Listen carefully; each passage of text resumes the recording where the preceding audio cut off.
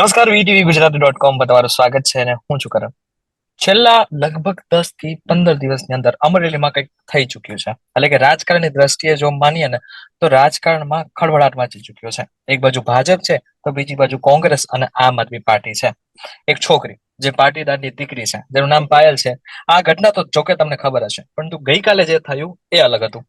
કારણ કે ફરી એકવાર એસઆઈટી ની ટીમ જે છે એ પાયલના ઘરે પહોંચી હશે અને પાયલને લઈને કોઈ તપાસ કરવા માટે જઈ રહી હતી. રાતનો સમય હતો, એટલા માટે થઈને કોંગ્રેસ નેતા જે પરેશ ધાનાણી છે એ પહોંચ્યા હતા અને ત્યાંથી ને એસઆઈટી ટીમને અટકાવે છે અને જે દીકરી છે પાયલ એમને ફરી એકવાર ઘરે મોકલી આપે છે.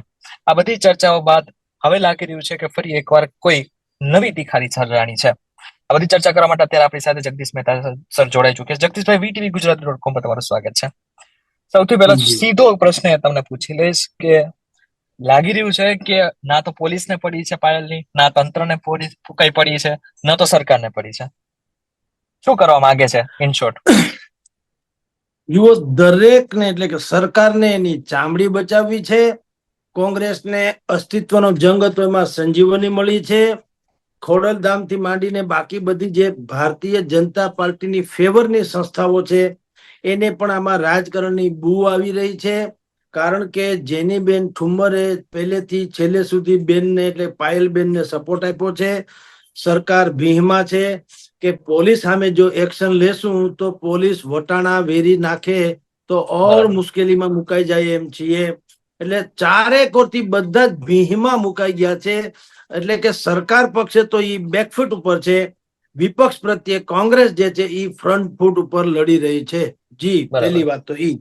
બરાબર. અને આની સાથે સાથે હજી આમ આમ સીધી રીતે જોવા જઈએ ને તો પોલીસ તો આમ કહેવાય કે પોલીસ પોતાનું કામ કરી છે, પરંતુ રાજકારણ પાછળ છે પોલીસને, એવું લાગી રહ્યું છે. આ પણ ન કરવું જોઈએ ને ભાઈ. ખાખી ડ્રેસ તમે પહેરો છે, ભગવો નહીં.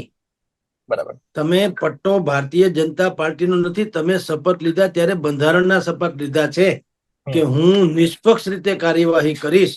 હવે તમે તમારી ફરજ ચૂકો, તમારો પગ કુંડાળામાં પડે તો ભોગવો. તમને બરાબર. કૌશિકભાઈ વેકરિયા કે એમ કરવાનું નહોતું. તમને કાયદામાં બંધારણમાં જે સુવિધા છે એ પ્રમાણે કરવાનું હતું. જે અત્યારે નકલી કે અસલી ગણો તે જે પત્રકાંડ થયું એ પત્રમાં લખવામાં આવ્યું કે કૌશિકભાઈ વેકરિયા ₹40 લાખ થી માંડીને 1.5 કરોડ સુધી કટકટાવે છે. તો બરાબર. તમે બેનને ધરપકડ કરવા, પાયલબેનને ધરપકડ કરવા સુધી રાજના પહોંચી ગયા તો આ પત્ર ઉપરથી તમે કાં કૌશિકભાઈની પૂછતાછ ન કરી? ભલે કોઈ બરાબર. ફરિયાદી હોય કે કેમ. ભારતીય હમ. જનતા પાર્ટીએ પણ આ પત્ર જે છે એ કઈ તો મીડિયામાં તો પછી આવ્યો.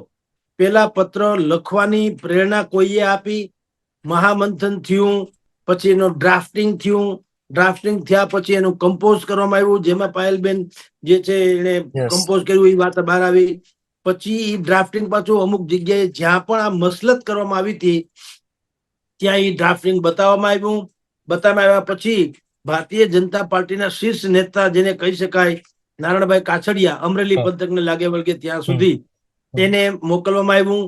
એને પાછું CR પાટીલથી માંડીને રત્નાકરજીને મોકલ્યું. તો ભલા માણસ, આ તે દિવસે જ આ ઘરનો મામલો જે હતો વિભીષણ વાળી થઈ રહી છે, તો તે દિવસે તમારા વીટલો વાળી દેવાની જરૂર હતી કે આ ડખો બહાર ન આવે. કારણ કે પત્રમાં જાણ કર્યા પછી રત્નાકરજી કે CR પાટીલને ખબર પડે કે કૌશિકભાઈ કટકટાવે છે એવું ના હોય. મને ને તમને દુનિયાભરની ખબર હોય, જેટલી લીગાલિટી આવે એટલું આપણે લખીએ છીએ, ખબર તો હોય જ. એમ ઓફ ધ રેકર્ડ બધી જ બધાને ખબર હોય. હવે ત્યારે તમે લોકોએ જે મૌન રાખ્યું એ અત્યારે ગોકીરો મચાવી રહ્યું છે. 4-5 દિવસ સુધી તમે હંગરી રાખ્યો એ પત્ર. એટલે જેણે પત્ર લખાવડાવ્યો હમ. અને જેણે આ પત્ર જેના નામે લખાવડાવ્યો એ બેયને એમ થયું કે આનું કંઈક નિકાલ તો આવવો જોઈએ ને. પેલા એ લોકોને એમ હતું કે અમે હું હાઈકમાન્ડને મોકલશું તો હાઈકમાન્ડ તપાસથી માંડી આદેશથી માંડીને કૌશિકભાઈ વેકરિયા સામે કોઈ શિસ્ત ભંગના પગલાથી માંડીને કાંઈ પણ એક્શન લેશે. હવે ન્યા પાછું અહીંયા જેમ તમે કહો છો વિભીષણ છે, તો ન્યા ધૃતરાષ્ટ્ર છે. એટલે કોઈ કરતા કોઈ કઈ ચહલ પહલ ન થઈ એટલે ધૂંધવાટ થયો ઓર, અને ઈ પછી મીડિયા વાળી થઈ ને મીડિયા ટ્રાયલમાં બધાના ભાંડા ફૂટી ગયા. હમ. આજે અત્યારે હવે તો પરાકાષ્ઠાએ પહોંચી ગયું છે અને હજી ઓર વધવાનું, સાહેબ લખી રાખો. હવે કોઈ ક્યાંયના નથી રહ્યા. ઘણી વખત તમે બહુ સારા નોવેલિસ્ટ હોય ને, આપણા મેગેઝિનમાં નવલકથા લખતા હોય ને, એમાં જે ધૂની નોવેલિસ્ટ હોય તે, તમે એને એમ કહો ને કે હવે આને અમુક રીતે વળાંક આપો, તો એનો જવાબ શું હોય ખબર છે? કે ના, હવે હું આપી ન શકું, કારણ કે નવલકથા હવે હું લખતો નથી, હવે મારાથી લખાઈ જાય છે, અને હું તો પાત્રોનો દોરવાઉં છું. હવે પાત્ર સ્વયં નક્કી કરે છે કે એને શું કરવું. આવું ધૂની લોકો કહેતા હોય છે. આ પ્રકરણ ધૂની લોકો જેવું થઈ ગયું છે. આમાં હવે કોઈનું કઈ હાલ એમ નથી. ન ભારતીય જનતા પાર્ટી પાસે આનો કોઈ નિચોડ છે, ન કોંગ્રેસે આને અટકાવી શકે એમ નથી, અને એ અટકાવવા ધારતું નથી. અત્યારે બરાબર. સ્થિતિ શું છે? હું ને તમે જયારે અત્યારે મીટિંગ કરી, એટલે ચર્ચા કરી રહ્યા છે, ત્યારે બરાબર 4 વાગવા આવ્યા છે. અમરેલીમાં હમણાં 4 વાગે પ્રેસ કોન્ફરન્સ બોલાવવાના છે. પરેશ ધાનાણીથી માંડી વીરજીભાઈ ઠુમ્મર સુધીના, પ્રતાપભાઈ દુધાત વગેરે હાજર રહેશે.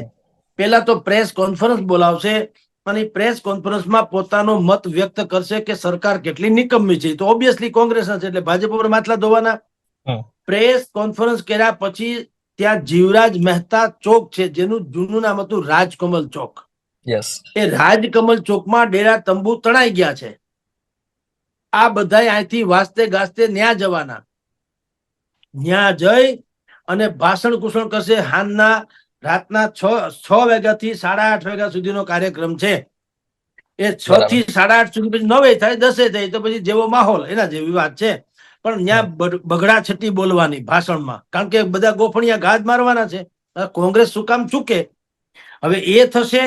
એમાં વીરજીભાઈ ઠુમ્મર ને એ લોકોએ કૌશિકભાઈ વેકરિયાને ચેલેન્જ આપી છે કે તમે જો સાચા હો તો તમે આ જીવરાજ મહેતા ચોકમાં, એટલે કે રાજકમલ ચોકમાં પધારો, અને જનતાની સામે તમે આ તમારો ચુકાદો લડો. સાચી વાત. હવે વેકરિયા તો સ્વાભાવિક છે, મોટા ભાગે આવવાના નથી, કારણ કે અત્યારે એનો મોબાઈલ સ્વિચ ઓફ છે. કારણ કે એને જ્યારે મોબાઈલ ખોલે એટલે ગાળી જ બધી વરસી રહી છે. એટલે મોબાઈલ એને જે પ્રચલિત નંબર હતો એ તો સ્વિચ ઓફ રાખવો પડ્યો. અને તેઓ શ્રી કહેવાય છે કે અંડરગ્રાઉન્ડ થઈ ગયા. અંડરગ્રાઉન્ડ કઈ નહીં, ગાંધીનગરમાં કોઈક મંત્રી ત્યાં બેઠા છે, બચાવો, અમે અપરાધી કાંઈ ન સમજ્યા, ન ઓળખા ભગવંતને, બેવું કરજોડી વિનવે સ્વામી, મૂકો અમારા કંથને. ન્યા બરાબર. એ વિનંતી કરતા હશે કે અમને કોઈ હિસાબે આમાંથી છોડાવો, કારણ કે આ દાંતમાં હાથ નખાઈ ગયો, કરવા ગયા કંસાર, થઈ ગઈ થૂલી. અમરેલીમાં ભારતીય જનતા પાર્ટીના બે જૂથ વચ્ચે રાગ દ્વેષ હાલતો હતો. એ રાગ દ્વેષમાં પાયલબેનનું ઇન્વોલ્વ જે કર્યું પોલીસે, સ્થાનિક પોલીસે, જે કોઈને સારા લગાડવા માટે કર્યું હોય તે, પણ એને ઇન્વોલ્વ કર્યા. એમાં આખી વાત એવી બેચરાઈ ગઈ. હવે સરકારને હૂજતું નથી કે આમાંથી કેમ બહાર નીકળવું, અને વિપક્ષ હવે લીધી મૂકે એમ નથી. એટલે પ્રકરણ ઓર ચગી ગયું છે. જી. ઇન શોર્ટ, આમ જોવા જાય ને તો કહી શકાય કે ભાજપ અને કોંગ્રેસની વચ્ચે પાયલ ફસાઈ ગઈ. અને હજી એક છેલ્લો ક્વેશ્ચન પૂછી લઈશ કે તમે સૌરાષ્ટ્રથી છો. સૌરાષ્ટ્રની જે છે દરેક વસ્તુ, દરેક રાજકારણ તમને ખબર છે. આટલા વર્ષોથી તમે પત્રકારત્વ કરો છો, પરંતુ જે અમરેલીનું રાજકારણ છે એ કોઈ નવું નથી. અને જે પ્રતાપ દુધાત છે, બીરજી ઠુમ્મર છે, આની સાથે સાથે જે છે એ ભાજપના નેતાઓ છે. પરંતુ હવે તમને શું લાગી રહ્યું છે, શું નવું થવા જઈ રહ્યું છે અમરેલીમાં? જુઓ, અમરેલીનું રાજકારણ મેલ ગુગળું રાજકારણ પહેલેથી રહ્યું છે. હમ. મેલ ગુગળું.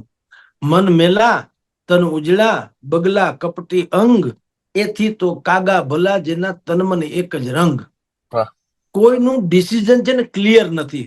બધાને બેઠે બેઠે ખાવું છે, પ્રજાને દોઈ લેવી છે, તંત્રની આંખે પાટા બાંધવા છે, સરકાર અરે મિલી ભગત કરવી છે. આ ન્યાના રાજકારણની મેં તમને વ્યાખ્યા કીધી. આ 4 પોઈન્ટ છે, 1 2 3 4. એ ન્યાનું રાજકારણ છે. હાલાકી રાજ્યમાં બધે વચ્ચે ઓછે અંતે આવું હોય, પણ અમરેલીમાં વિશેષ છે. અત્યારે આ જે ડખો થયો છે એને કારણે શું થઈ ગયું છે, હવે પાટીદાર વર્સિસ ગવર્મેન્ટ, આ બે વસ્તુ થઈ ગઈ છે. તમામ પાત્રો, એ પછી જૂના દિલીપ સંઘાણી, પરસોત્તમ રૂપાલા, નારાયણ કાછડિયા, એ જૂનું જૂથ છે, જેનું અત્યાર સુધી વર્ચસ્વ રહ્યું છે અમરેલીમાં.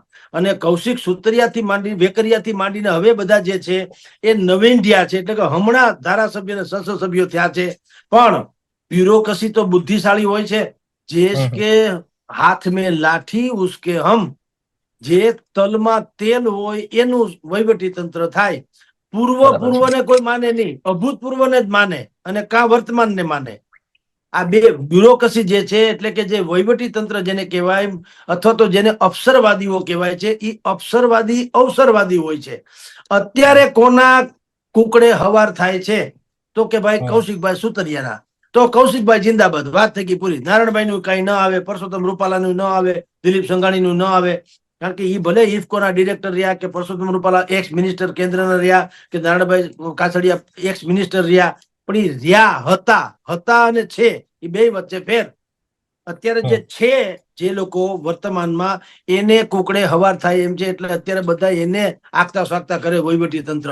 એ જ તો ભૂલ કરી ત્યાંના પોલીસ તંત્ર એ, કે કૌશિકભાઈ ની સામે આક્ષેપ થયા એટલે સીધો દરોડો, જેમ સર્જિકલ સ્ટ્રાઇક કરે આપણી સેના પાકિસ્તાનમાં જઈને, એમ એ બધાને ઓફિસે જઈને પકડી લીધા. અને આ દીકરી જે હતી પાયલ, એના ઘરેથી પણ રાતો રાત ઉઠાવી લીધી. અને પછી જે રીતે ફરિયાદમાં કે માંડીને બધું કીધું તેમ એને કસ્ટડીમાં લઈ ગયા. 2-3 દિવસથી મેળ પડવા ન દીધો, જામીન બામીન નો ક્યાંય, અને પટ્ટે પટ્ટે મારી, અને અંતે પણ સત્યાનાશ થયો. એ શું કામ કર્યું પોલીસે? ન્યાના આકાને રાજી કરવા, એના રાજકીય આકાને. જે નારાયણભાઈ કાછડિયાએ પણ કીધું કે અહીંની પોલીસે એના રાજકીય આકાને, હવે એ તો નામ બોલ્યા નથી, પણ હવે ગુજરાતીમાં કૌશિકભાઈ વેકરિયા એમ, અથવા તો કૌશિકભાઈ વેકરિયાના ઇમિડિયેટ બોસ કોણ ગણાય? ગૃહમંત્રી ભાઈ છે હર્ષ સંઘવી, તે, કારણ કે બંને મિત્રો હોવાનું કહેવાય છે.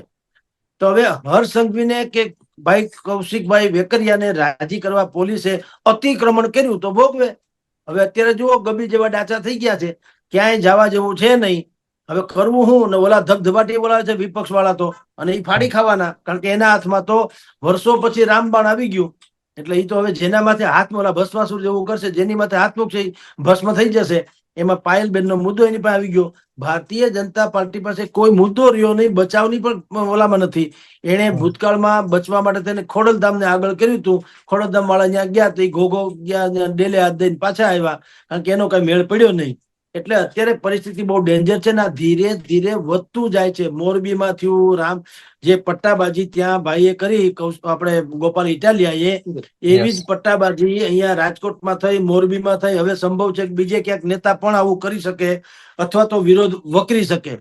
તો ભારતીય જનતા પાર્ટી અત્યાર સુધી જયારે એક હથ્થું શાસન હતું ને એને એમ હતું કે સામે કઈ છે જ નહીં, તો ટીઆરપી કાંડ પછી, ટીઆરપી કાંડમાં પછી એની પહેલા ક્ષત્રિય સમાજના વિરોધમાં, એમાં જેમ બેકફૂટ ઉપર આવી હતી, એમ ભારતીય જનતા પાર્ટી અમરેલીના પાયલ કાંડમાં અત્યારે બેકફૂટ ઉપર આવી ગઈ છે. અને હવે એ ઝાંઝવા, એ ઝાંઝવાના જૂજી રહી છે કે આમાંથી કેમ નીકળવું, અને વિપક્ષો જજુમી રહ્યા છે કે આને કેમ ફાડી ખાવા. જી, 100% સાચી વાત છે. આમ જોવા જાય ને તો કહી શકાય કે હવે કઈક હજુ પણ કઈક થઈ શકે છે રાજકારણ અમરેલીના. જગદીશભાઈ, VTV ગુજરાતી .com પર જોડાવા આપનો ખૂબ ખૂબ આભાર.